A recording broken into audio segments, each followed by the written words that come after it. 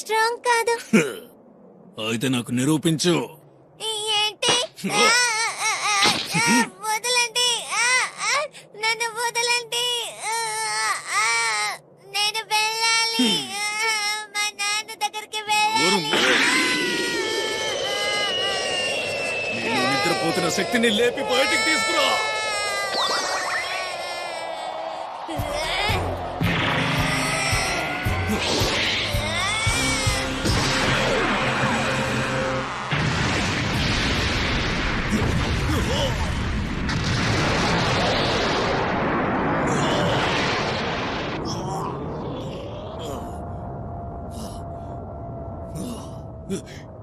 ఏమైంది?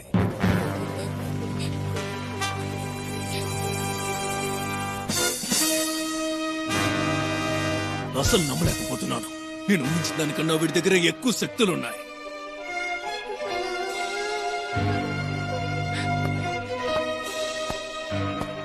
ఈ విషయం ఎలా చెప్పాలో అర్థం కావట్లేదు. నేనే ట్రైనింగ్ ఇచ్చి మరీ ఒక శత్రువుని రెడీ చేసుకుంటున్నాను. ఏంటో ఈ జీవితం. ఒక్క నిమిషం, నేనా ఇది చేశాను? అవును, నీ పవర్ ని రిలీజ్ చేసే టైం వచ్చింది. నీ ఎమోషన్ కి పవర్ కి సంబంధం ఉందని నాకు అర్థమైంది.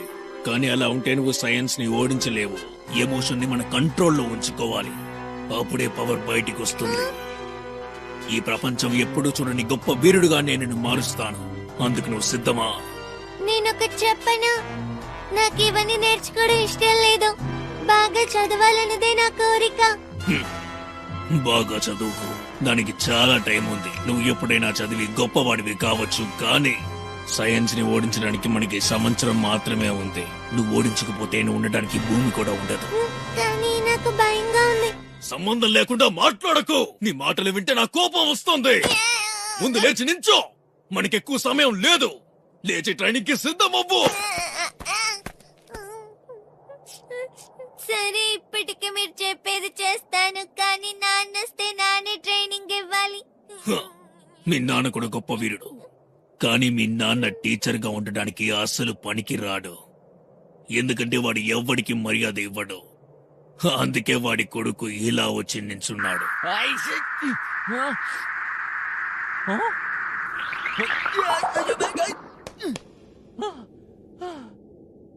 ఏమైంది? నాకు పవర్ లేకుండా పోయిందేంటి? సరే, సగం దూరం నడుచుకుంటూ వెళ్దాం.